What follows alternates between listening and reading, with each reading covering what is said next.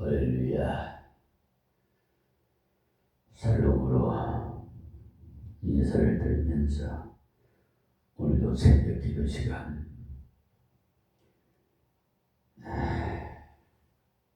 고린도전서 1장 18절에서부터 25절 말씀을 봉독해 드리겠습니다.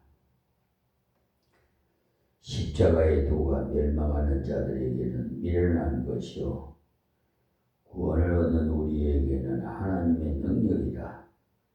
기록된 바 내가 지혜 있는 자들의 지혜를 멸하고 총명한 자들의 총명을 폐하리라 하였으니 지혜 있는 자가 어디 있느냐 선비가 어디 있느냐 이 세대의 변사가 어디 있느냐. 하나님께서 이 세상에 지혜를 이렇게 하신 것이 아니뇨. 하나님의 지혜에 있어서는 이 세상이 자기 지혜로 하나님을 알지 못하는 고로 하나님께서 전도에 미련한 것으로 믿는 자들을 구원하시기를 기뻐하셨도다.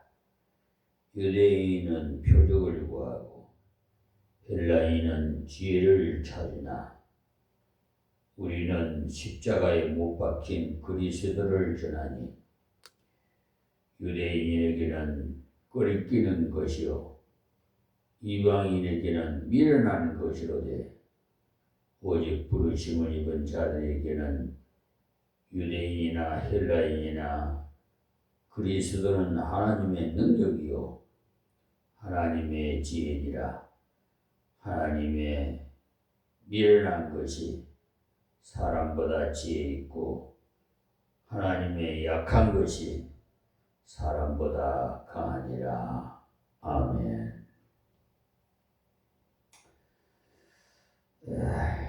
지난 시간에도 말씀 드린 10절에서 17절까지 말씀을 통해서 고린도 교회의 그 문제 중에 가장 심각한 문제였던 파당으로 인해서 하나님의 일에 지장이 많았다고 말씀드렸습니다. 하나님의 일은 연합해야 하나님의 역사가 크게 나타나는데 분리로 인해서 고통 가운데 있었어요. 교회 안에 왜 분리가 일어나느냐 하면 하나님의 중심, 십자가의 중심, 말씀 중심이 아니고 사람 중심으로 흘러갔기 때문에 그렇게 된 겁니다.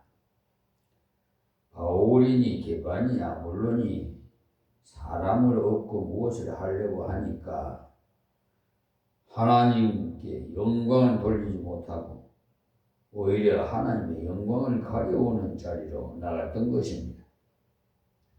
실제로 보면은 하나님을 믿기는 믿는데 사람을 의존해서 믿으려는 사람들이 많다는 사실이에요. 하나님의 말씀을 따라서 하나님을 믿어야겠는데 어느 목사, 어느 봉사, 어느 유명한 사람, 누구의 소리 이런 것을 통해서 믿으려는 사람이 상당수가 많아요. 아볼로나 바울이나 게바나 다 우리 별다른 것이 없는 부족한 사람들이에요. 그래서 바울이 너희가 내 이름으로 세례를 받았느냐? 내가 너희를 위해 십자가에 못 박혔느냐? 강하게 충고했던 것입니다.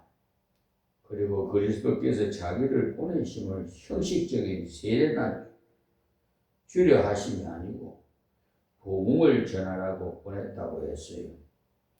그래서 그는 그리스도의 십자가의 도리가 헛되지 않게 하려고 복음을 열심히 전했다고 했습니다. 그러니까 의식을 행하는 것이 자기의 사명이 아니라 복음 전하는 것이 사명이라. 그 복음의 내용이 십자가로서 그 십자가가 헛되지 않게 하기 위해서 일했다는 것이고, 17절에 이어서 18절에 들어가면서 바로 십자가의 도가 나오는데, 앞에서 십자가에 헛되지 않게 하기 위해 그 십자가를 다시 설명해 주는 것이 오늘 본문의 말씀 내용입니다. 그래서 말씀에 있는 그대로 십자가의 도라고 이렇게 깊이 새겨 두시기를 바랍니다. 한마디로 십자가의 도는 하나님의 지혜요 하나님의 능력이라고 결론적으로 표현했어요. 그리스도가 오셔서 하신 일 중에 가장 중요한 일이 대속의 십자가를 지신 일인데, 우리 주변에 십자가가 많이 장식되어 있습니다만 그런 장식품으로 쓰이는 십자가는 큰 의미가 없어요.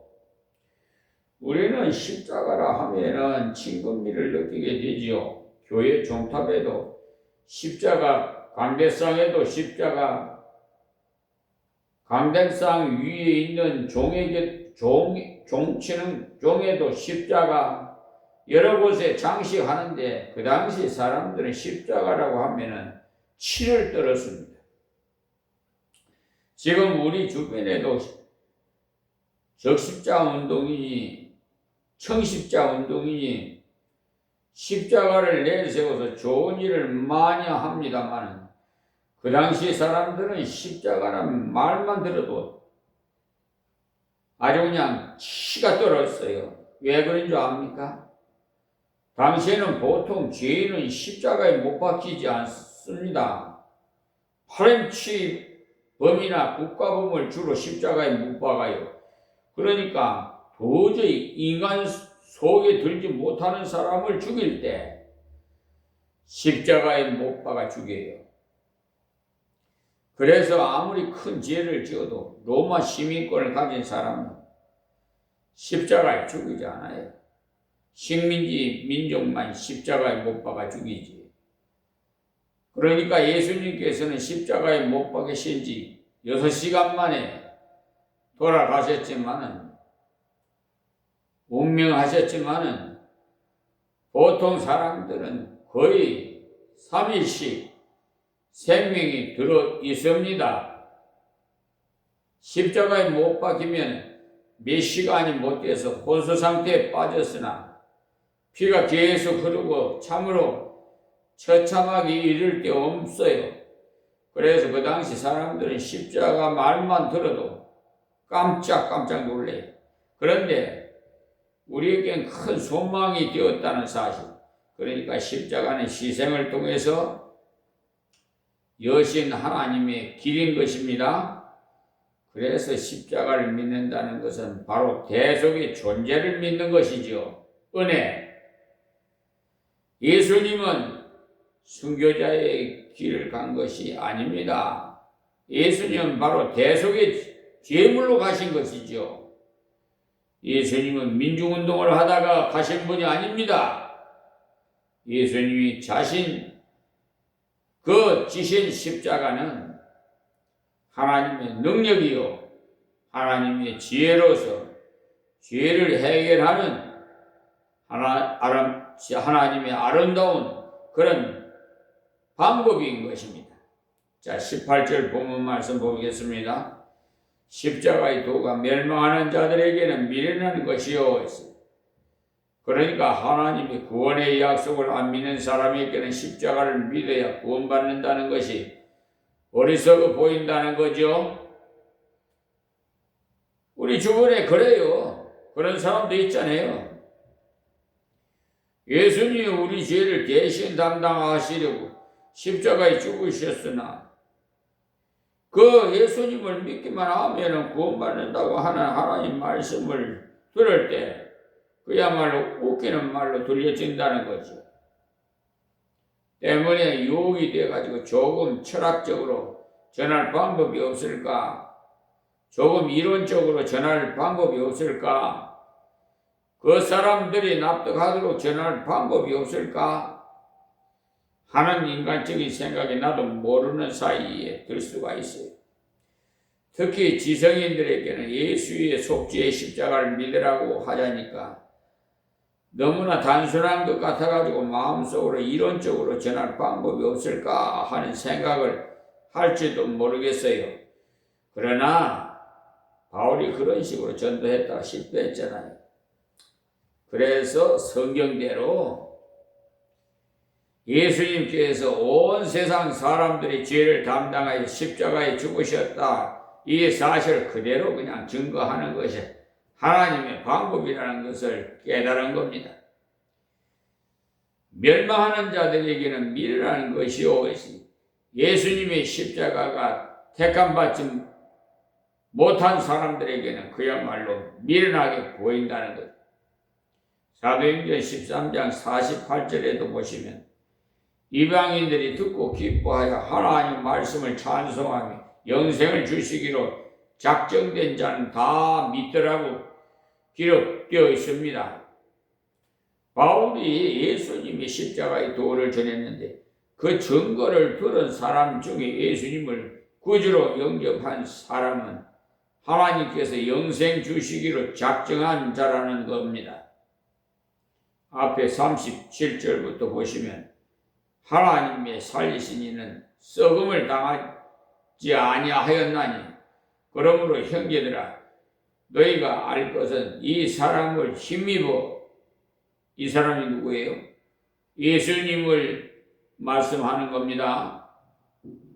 죄사함을 너희에게 전하는 이것이며 또 모세의 율법으로 너희가 어렵다 하심을 얻지 못하던 모든 일에도 이 사람을 힘입어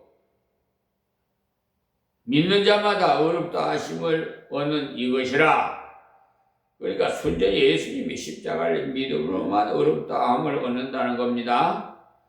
바울이 이 사실을 증거했더니 유대인들이 그 무리를 보고 시기가 가득 차가지고 바울의 일한 것을 변박하고 비방하더라. 그래서 사실 인간적으로 생각하면 구약 성경을 잘 아는 유대인들에게는 복음 전하는 것이 좀 쉽습니다. 구약의 이사야 53장에 읽어보시면 생생한 십자가 밑으로 가볼 수 있어요.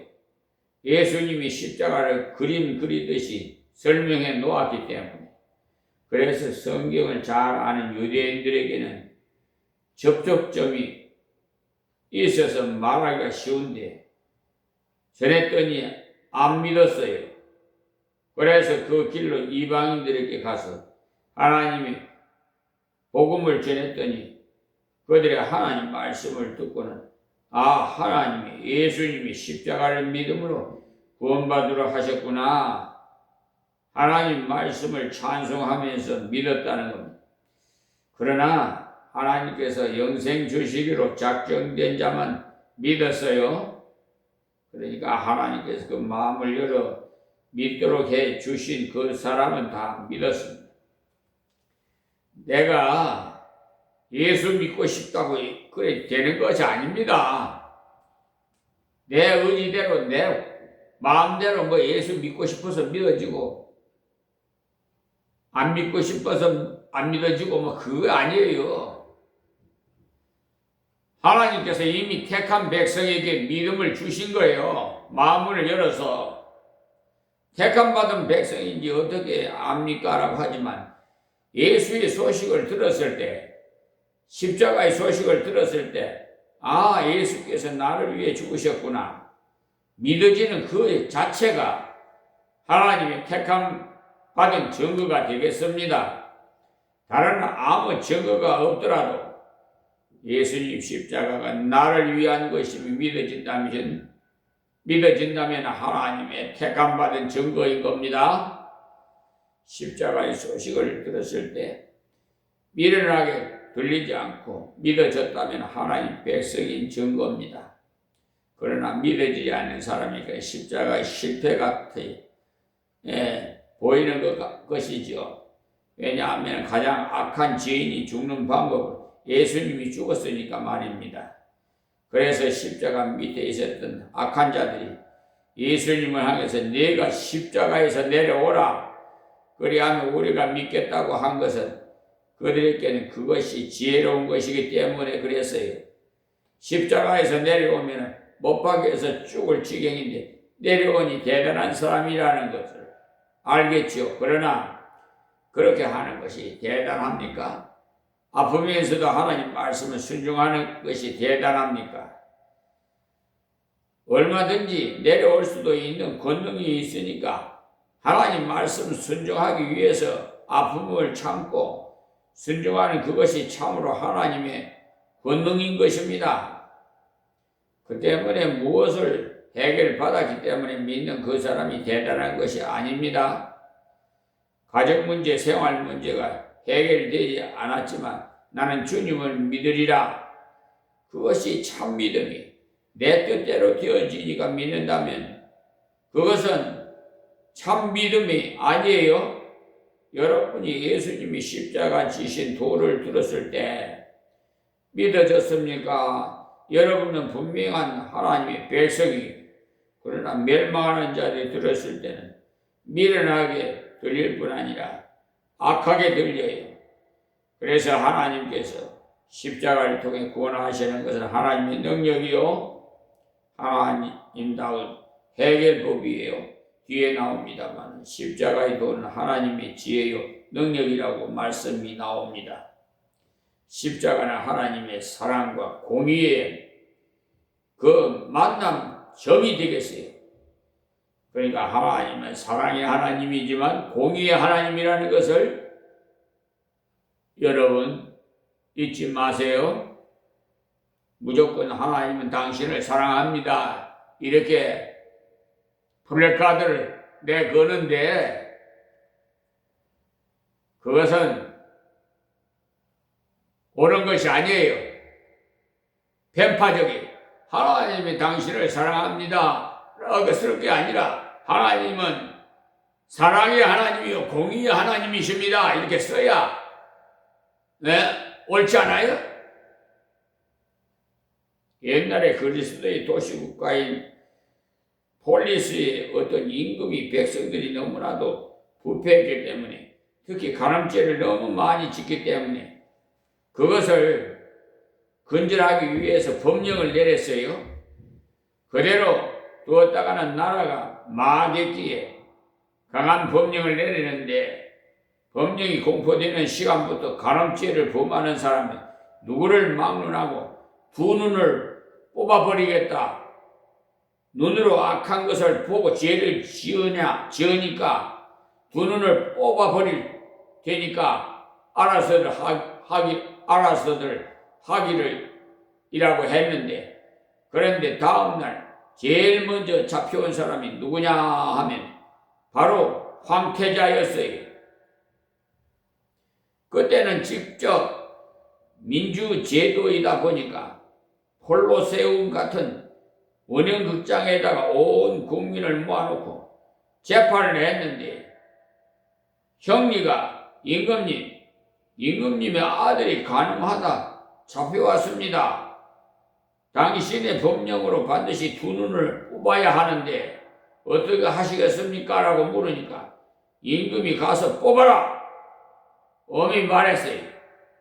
평소에 형리는 황태자 가까이도 못 가는 사람인데 벌벌 떨면서 한쪽 눈을 뽑았으니, 그리고는 한쪽도 뽑을까요? 물었어요. 형리 생각에도 앞으로 왕될 사람인데 두 눈을 다 뽑아버리면 큰일이기에 물은 거지요. 그래서 임금이 형리에게 내가 두 눈을 뽑겠다고 했으니 한쪽 눈은 내 것을 뽑으라, 그렇게 명하자 많은 사람들이 임금의 사랑과 공의에 놀라지 않을 수가 없었어요. 아무리 황태자지만 죄를 범하였으니 임금님의 공의로 인해서 눈이 뽑혀야겠고, 그러나 임금님의 사랑이 얼마나 컸던지 아들의 두 눈이 뽑혀버리면 앞으로 아무것도 할 수 없는 자가 될 것을 생각하니까 그에게 두 눈을 뽑을 수가 없었어요. 그래서 자기의 한 눈을 뽑도록 했다는 겁니다.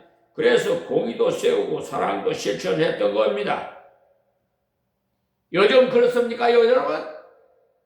요즘 우리는 대한민국에 사법부에 죄를 지은 사람들, 공평하게, 평등하게 심판해요? 돈만 주면 그냥, 흙을 100을 흙으로. 하여튼, 그 중에도 하나님 믿는 백성이 있어요.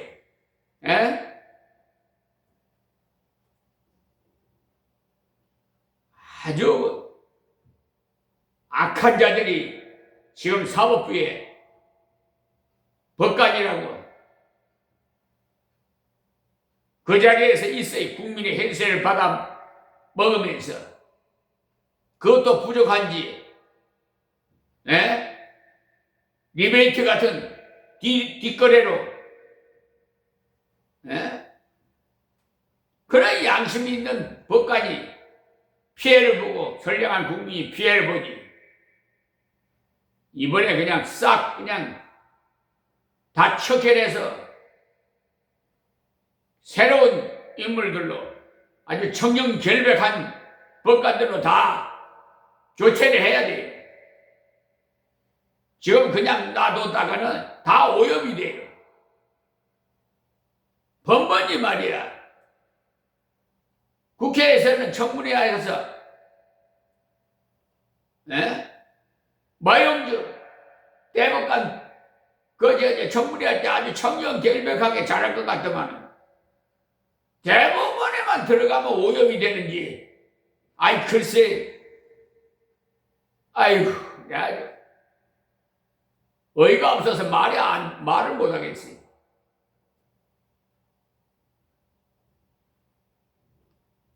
그러니까 그 사람이 그 사람 갖고 다 물이 들어가지고 그래서 확 다 엄한 법을 만들어 가지고 특히 사법부에서 법관들이 또 경찰이 앞으로 수사권이 경찰이 하니까 뒷거래질이 많을 거예요. 리베이트.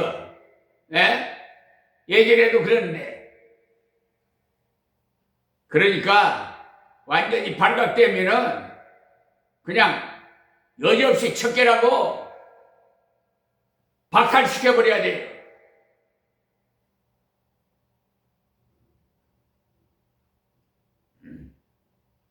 이재명 대통령께서 직권남용 그 죄에 대해서 말씀을 하시더만은 그 직권남용 없애면 안 돼. 직권남용 행사 방해 얼마나 하는데.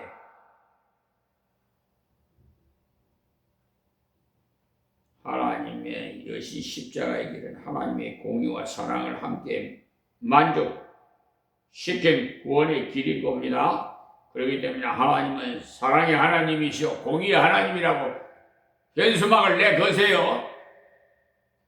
그리고 예수님은 왜 믿어야 하는가 그 이유를 가르쳐줘요. 무턱대고 예수 믿으라고만 하지 말고.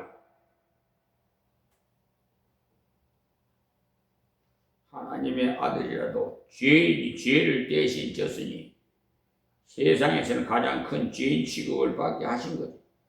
왜냐하면 세상 죄를 지고 가는 하나님의 어린 양을 보라고 하신 대로 우리의 모든 죄를 다 짊어지셨으니 그 순간만은 가장 큰 죄인인 거죠. 그래서 하나님의 공의대로 죽어야 했어요. 그리고 우리 같은 더러운 죄인을 건지기 위해서 당신의 아들을 보내셨습니다. 하나님의 사랑이야말로 놀라운 것. 그래서 십자가는 하나님의 지혜요, 하나님의 능력이요, 하나님의 공의와 하나님의 사랑의 만남점이 바로 십자가예요.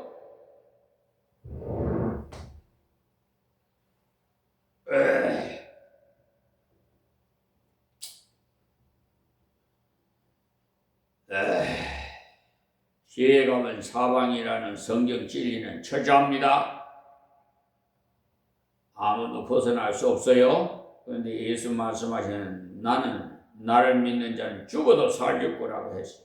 지혜의 값을 사망이나 그 지혜를 대신 지불하신 예수님을 믿기만 하면 사망에서 벗어날 뿐만 아니라 죽어도 산다는 사실, 나를 믿는 자는 죽어도 살릴 거라고 하실 때 한 새로운 법을 주셨는데 그것이 바로 십자가의 도입니다. 그러니까 십자가를 생각할 때 두 가지를 다 생각해야 돼요. 죄에 대해서는 하나님께서 철저하게 심판하신다는 하나님의 공의와 하나님의 결코 어물쩍 넘어가는 법이 없다, 이것을 아세요? 요즘 세상 사람들은 그냥 돈푼이나 집어주면 어물쩍 넘어가려고. 그러나 아무리 큰 죄이라도 십자가를 믿고 돌아올 때 건져주십니다. 하나님의 사랑 때문에. 그렇기 때문에 십자가의 길은 감사의 길이고 근신의 길입니다. 십자가를 은혜로 속죄의 은총의 길이니 감사하지만 다시는 죄의 길을 가지 않으리라는 근신을 하게 되는 심령도 함께 갖게 되는 거죠. 그래서 십자가를 믿을 뿐만 아니라 십자가를 지고 가야 하는 겁니다. 우리는 십자가를 믿음으로 구원받았어요. 그러나 십자가를 짐으로 승리하는 거예요. 예수님의 희생으로 우리에게 구원이 왔듯이 이 땅에서 희생함으로 하나님께 영광 돌리니 그것이 승리의 십자가인 거예요. 하나님 미랄이 땅에 떨어져서 썩으면 많은 열매를 맺듯이 여러분이 희생 없이 교회가 부흥되기를 바라지 말아요. 희생 없이 여러분의 가정이 평안하기를 바라지 마시고 희생하지 않으면서 이 나라가 훌륭해지길 기대하지 말아요. 십자가를 지지 않고 무엇이 되어지길 바란다면 심지 않고 거두려는 것과 같은 거예요. 십자가를 져야만이 교회가 부흥되고 십자가를 져야만이 가정이 평화롭게 되고 십자가를 져야만이 이 나라 사회가 평등하고 정의롭고 자유스러운 복된 나라가 될 수 있어요. 자, 19절 말씀. 기록된 바 예수님 오시기 전에 700년 전에 지금부터 그러니까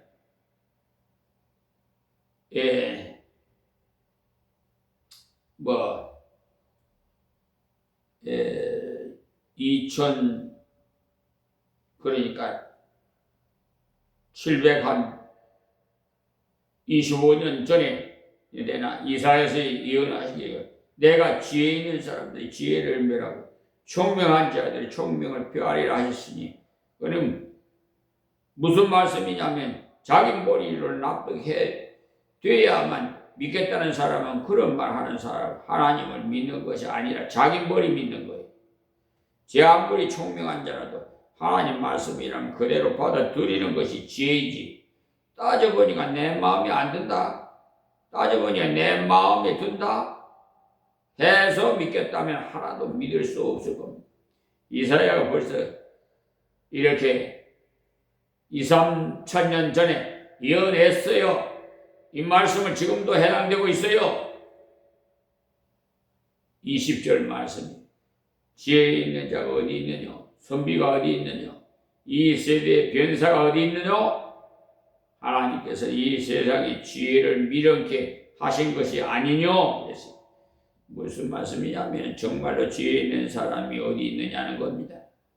지혜가 있다면 하나님을 알고 자기를 알아야 하는데 철학이 무엇입니까? 자기를 아는 것. 그러나 아무리 연구를 해봐도 인간이 어디에 왔으며 어디서 왔으며 어디로 가면 어떻게 되는지 모르겠다는 철학책을 한번 아무리 읽어보십시오. 인간의 근본 문제를 알겠는지 말만 어렵도록 돼 있어요. 형이 상하기 어떻고 하는 식으로 말이 어려워요. 저도 읽어봤는데 읽을수록 절망해요. 그 때문에 예수 안 믿으면서 철학을 깊이 공부하면 자살을 잘해요. OECD 국가에서 제1위가 대한민국의 자살이 최고라고 하잖아요. 철학자들이 말한 거.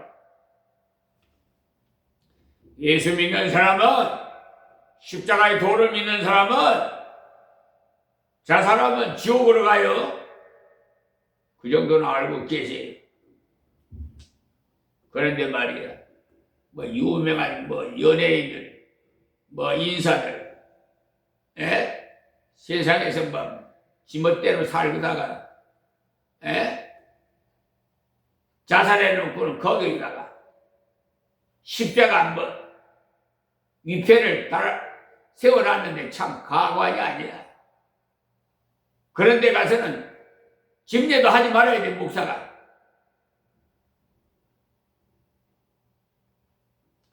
이방인이나 똑같은 사람들이에요. 오히려 더 못해서 이방인하고 어떻게 그냥 그래도 외식은 안 하지. 사람이 여러분 잘 아시는 모세 보세요. 그는 석학이 애굽의 모든 학문을 통달한 사람이 모세 아닙니까? 왕궁에서 40년 동안이나 왕민대학을 나온 사람. 이사야 역시 왕족 출신으로서 석학이 다니엘 바벨론에서 공부를 잘하기를 다른 사람보다도 얼마나 10배나 더 잘했어요. 머리 좋고 공부 많이 한 사람이. 바울 역시도 석학이 소위 철학을 많이 공부한 사람. 그런데 바울이 말하기를 지혜 있는 자가 어디 있느냐 했으니 인간이 좀 안다 한들 자기에 대해서 다 모르면서 제대로 안다고 할 수 있습니까? 그런 자가 무슨 법관이 될 수 있어요? 자격을 박탈시켜버려야 돼요. 지금도 우리가 21세기에 첨단 문화가 발달한 곳에 살고 있으니까 합니다마는 자신 하나도 제어할 수가 없는 것이 사람이 여사이 걸핏하면 스트레스 하는 그 말은 자기를 어떻게 할 수 없어가지고 긴장이 쌓여가 있다는 것.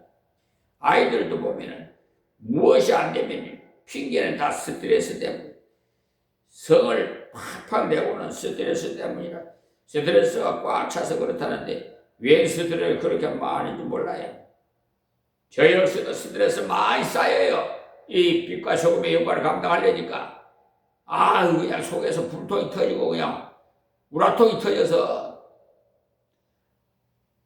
분명히 말이야. 아니 고소장을 제출하면은 고소인을 보충 진술을 조사를 받아요. 그리고 다음에 진짜 알맹이 왜 그 사람들 위해서 고소장을 제출했으니까 피고소인들을 불러야 돼. 피의자들을. 근데 피의자들을 불러서 조사도 안 해. 이 못된 것들이. 부천 오정 경찰서 그 수사팀장 지금 이름이 잃어버렸는데 근데 그 수사관 엄연 수사관은요 참 정직해요. 그분은 내가 높은 데에다가 좀 상신을 해가지고 좀 상을 좀 주라고 그래. 신상필벌로예요. 그래 하여튼 아니 수사를 하는 걸 피의자를 수사를 하는 것을 종결을 해가지고 불성치 각하를 할 수가 있어요? 여러분 말이나 돼요 그게? 그걸 그래가지고 이의서를 제출하니까 부천 시청에다가 올렸는데 검사도 이게 말이야 확인을 해가지고 이거 저 피의자는 조사를 안 했네. 그러니까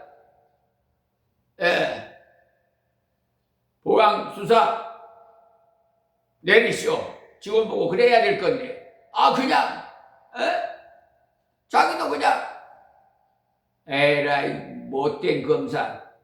그래서 공수처에다 고소해버리세요. 지금 30명이 지금 공수처에 고발돼 있어요.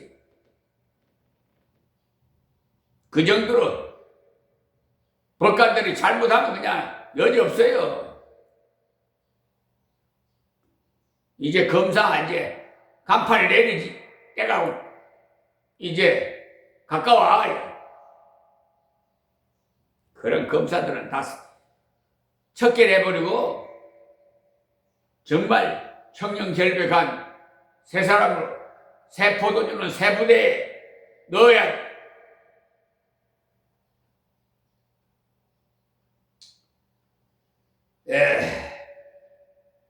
그래서 지혜 있는 자가 어디 있느냐, 선비가 어디 있느냐, 이 세대의 변사가 어디 있느냐.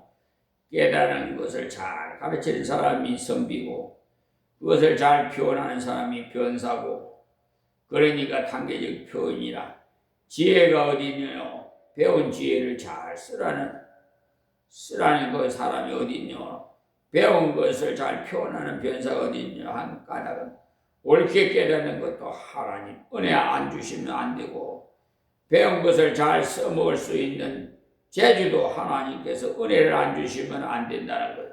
그래서 잠언에 여호와를 경영하는 것이, 그러니까 여호와를 경영하는 것이 지혜의 근본이라고 한 것입니다. 하나님께 절대 복종하고 의지하는 것이 진짜로 아는 것이라는 것. 근본이란 거기서부터 출발되어져야 된다 이 말입니다. 거기서 음악도 공부하고, 거기서 미술도 공부하고, 거기서 과학도 공부하고, 그래야 옳은 것이 나오지. 하나님을 전적으로 신뢰해야 된다. 이것을 모르면서 미술을 아무리 공부해봐야 엉뚱한 것이나 그리고 앉았을 것 테니까 안 된다는 말이에요. 하나님을 모르면서 음악을 하면요, 자기 광란에 인하여 잘하지. 아무것도 아니래. 음악을 주신 이유를 모르고 하니까 그야말로 어리석은 자라는 거예요. 어디 있느냐라는 표현은 없다는 것을 강조한 것이 아닙니까? 하나님께서 이 세상의 지혜를 미련케 하신 것이 아니뇨. 사람들이 안다, 깨달았다, 잘 표현한다 하나 다 빌 것이 아니라는 거예요. 그 때문에 하나님을 아는 기초가 있은 후에 공부를 많이 해야 위로 올라가도 안 넘어집니다. 그렇지 않으면 공부 많이 할수록 이기주의가 돼서 어떻게 하면은 저 사람을 밟고 올라설까? 예? 그래서 출세해서 돈 많이 벌까? 나만 잘 살면 되지. 이기주의가 되면 자기도 불행하게 되고 남도 불행하게 되고. 자, 오늘은 여기서 말씀드렸습니다. 하나님 고맙고 감사합니다. 주신 말씀 전에 싸우니 하나님 음성으로 듣게 하여 주시옵시고, 귀 있는 자는 다 하나님 말씀에 귀담아서 마음속에 깊이 새겨두게 하여 주옵시고, 바른 신앙생활 할 수 있도록 성령 하나님께서 도와주시옵소서.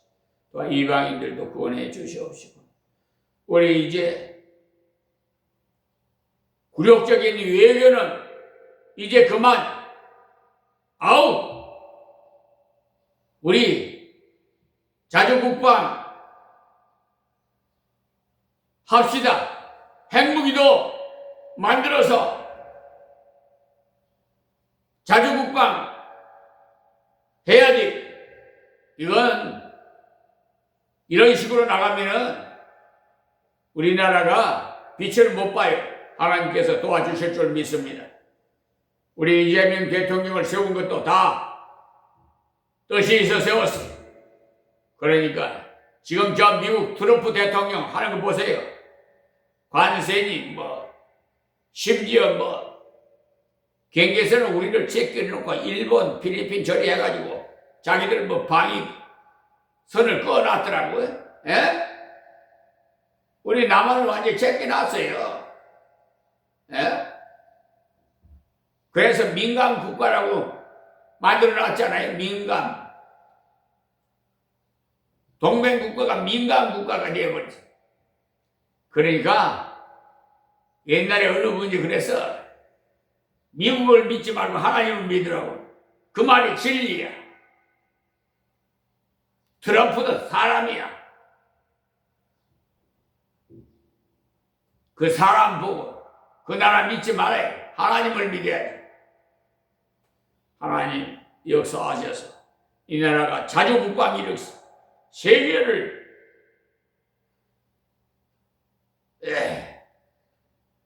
다스리는 강대국이 되게 하여 주시옵소서.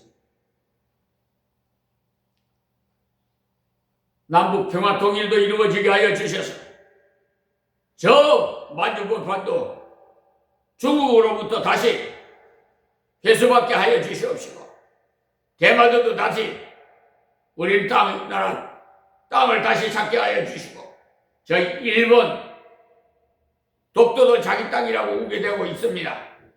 하나님 역사하셔서 엄히 다스려 주시옵소서. 예수님의 이름으로 기도합니다. 아멘.